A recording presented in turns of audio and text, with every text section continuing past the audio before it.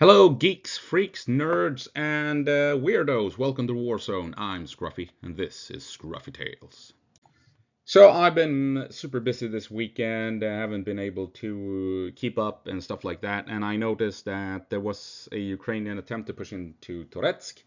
And I thought, well, I missed that opportunity to report on it. And then I noticed uh, there are recent updates from that push that seems to be ongoing still. So essentially, what we have is a Ukrainian blitz right into the heart of Toretsk. Right, so Andrew Perpetua's map here. This is on the 3rd of May. So we're going to see what happens. We're going to move ahead here to the 4th. Russia makes an assault, massive Ukrainian artillery barrage aimed at the Russians as they're trying to push in. Russia is also coming up this way, trying to outflank Ukrainian positions in Dyulivka. So, what happens then on the 5th? Not much, it keeps on going in the same as before. And moving ahead here to the 8th. And as you can see, Ukraine reclaims territory here, where the Russians previously tried to push. And I was busy this weekend, so didn't keep tabs on this. And then on the 9th, we see this, a Ukrainian assault into the center of Toretsk, Bradley's and what have you. And we see this on Mayakovsk 73's map as well. Let's see if we can, yeah, here you go, you can see it here. Bunch of stuff happened in the center of Toretsk, a mechanized assault by Ukraine on the 9th. And I was busy and I figured I missed it. But then I moved over today. I took a look at the Ukrainian control map and started checking out the various locations here. And this is from the 11th, yesterday. And this is from the 11th. This is Ukrainian T-64 destroyed and abandoned Ukrainian Bradley. And here you have, on the 11th, 2 Ukrainian soldiers run through Toretsk. So, clearly, we still have activity here in the center of Toretsk. I don't know what this might... This is from the 10th. Destroyed Bradley in central Toretsk. What might this be? 10th as well. Same thing here. This is way back. 11th. Ukrainian assault, 100th mechanized, reach central Toretsk and is shelled. This is from the 11th, yesterday. Clearly, we still have activity in the center of Toretsk with this Ukrainian assault. It appears as that is the case, at least. So what the hell? So Ukraine launches a Thunder run along this highway. This is this is wide open territory. There are hardly any Russians here, but they push into town, into the center of town. Why would you do this if Russia is in control of the entirety of town? I mean, the Russians will control the street once you move past it, right? It must indicate that you have Ukrainian positions in the center of town, or positions in the center of town that you want to either extract or resupply, reinforce. You push in to either pick up Ukrainian units stuck in the center of town, or you push in to provide them with more ammunition, more medical supplies, more food, and what have you. And if you want to maintain that position, if that is the case, or just pushing in to establish such a position, holding a forward position like this in the middle of an urban area can only mean that you want to maintain this position to disrupt the Russians in the middle of town to allow a secondary push at the outskirts, right? So this location here draws attention from all the Russians while you begin to chip away on the outskirts of town. Otherwise, why else would Ukraine conduct a massive assault like this with mechanized units pushing straight into the heart of Toretsk and try and establish a presence? right? Very peculiar what the hell is going on here in Toretsk. And it becomes even more peculiar when we take a look at the ISW map of the Toretsk area, because here you don't have this Ukrainian thunder run into the middle of town. You have the Russian push at the Ulivka, not the push trying to outflank it, but the push at the Ulivka. But take a look, here you have a Ukrainian push down here, apparently, if I'm reading this correctly, as well as here where Ukraine pushed Russia back. Apparently, according to ISW, they seem to indicate that you have a push here, around these massive hills, slag heaps or whatever they are, coming in to this forested area here where looks like you have trench lines here. Yeah, you can see the trenches here. Ukraine has apparently reclaimed those fortifications, trying to come in south of Toretsk, as well as pushing here, coming into the east. At the same time, you have this big push then apparently confirmed by multiple sources, a big Ukrainian push down the center towards this location, towards these buildings. And I've talked about this before. Maybe if I can do... Hang on, I got an idea. Hang on. Right, let's see if I can make this work and make some more sense of it. So here we have... Toretsk on the ISW map, Toretsk on Ukraine control map. This hill here, that's this hill. So that means that this hub of activity here is this street corner here, right? So what can we see? We can see Ukraine has position as they're dropping off troops along the way here, activity all along the way here. But main focus seems to be down here. Let's see if we can make this functional. So that does appear. Ukraine launched their assault from the north along this street into town and came down here. And they have, it does appear as if there is Ukrainian activity along this street. Main activity down here, right?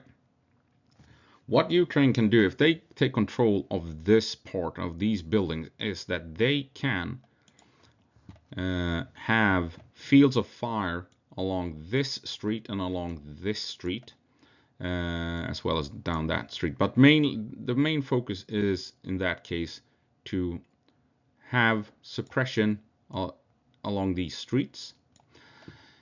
That makes it difficult for Russia to move north along the streets and along the buildings, because it's a wide open gap here along this street that Ukraine can fire along, right? Massive lanes of fire along these big streets right here makes it difficult for Russia to come up from the south. It's from the what is it? Southeast, from the southeast to reach this area. And since we have Ukrainians here, what they could be trying to do is then expand this box building by building. This is not easy, by the way. Clearing out buildings takes time and effort. What you need more than anything is hand grenades and water, basically, to clear out buildings. And it takes forever to clear out the most rudimentary of structures. Anyway, if they push here and try and expand this box while having some form of overwatch on this street, blocking Russian attempts, you can't see that, sorry, wrong icon. If they have some form of overwatch along this street, it makes it difficult for Russia to move into this area and support their friendly units up here. Ukraine can push out piece by piece, building by building. They have to do it systematically, right? Imagine this is a grid, and then you take one grid at a time, and each grid then has the buildings, different buildings. So in each grid, you begin to piece by piece take one building after over time. Then you have one grid, and then you repeat it in each grid as you progress. And eventually, maybe Ukraine can control this box. And then they have in that case, if this is what they succeed with, then they have Overwatch along this street in both directions, making it even more difficult for Russia to move up and support their friends in friendly units. And now you have a situation where the Russians up here might be somewhat isolated, and that is when that secondary Ukrainian assault I was talking about that maybe we can expect, if it comes down, what the hell, into the outskirts here, or maybe in like this, since they have already made a Thunder run, maybe if they begin to chip away here or here, then they can start to slowly breach this section of Toretsk, since they have established a presence here that allows them to effectively reduce the amount of supplies and reinforcements Russia can send into this part of town.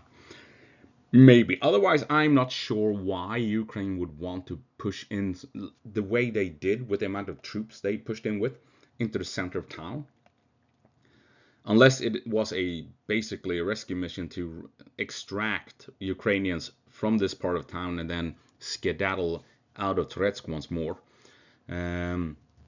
Because if you have Ukrainians down here, if Ukraine wants to reinforce Ukrainians, or if they want to secure another foothold, it must be a reason, and the only reason is to block off Russians from pushing into this part of town, essentially, and allow other Ukrainian forces to move in and begin breaching, and, like I said, take one grid at a time in this part of town. That's the only thing I can think of that makes some form of sense.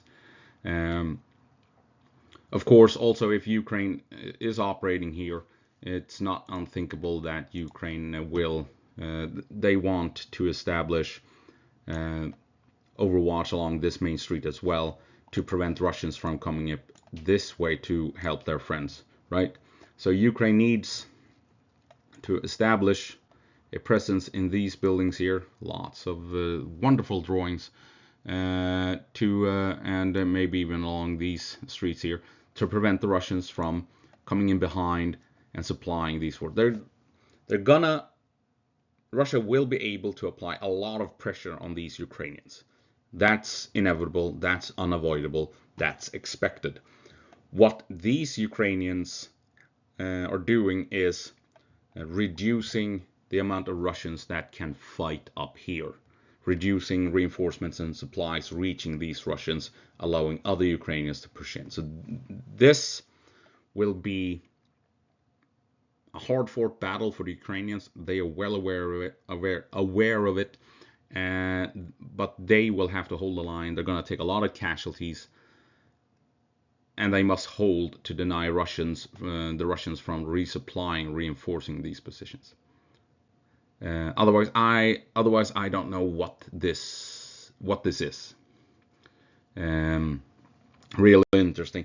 And then you also have, if we go back to the other maps, right? So we're talking about the fighting going on here, right? So if you have pushes out on the flanks, this will more than likely draw Russian resources and assets out to the flanks, making it more difficult for Russia to reinforce the center, since they have to push units, assets, food, ammunition, what have you, out on the flanks as well, and not only focus them on the middle.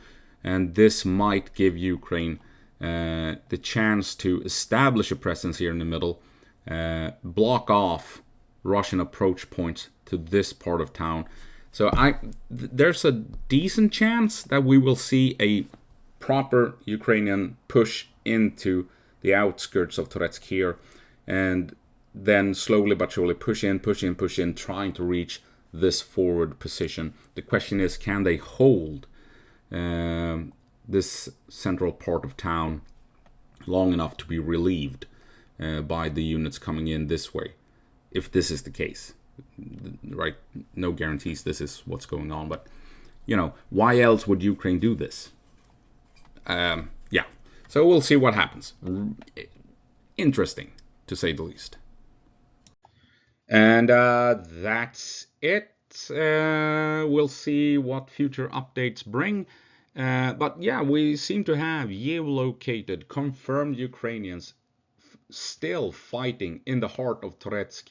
The Ukraine control map updated various locations of Ukrainians, pinpointed them to the 11th yesterday, and shit is still ongoing in Toretsk, it seems. So, well, we're gonna have to keep an eye on it. Anyway, as always, go po marsh Ukraine and give them hell.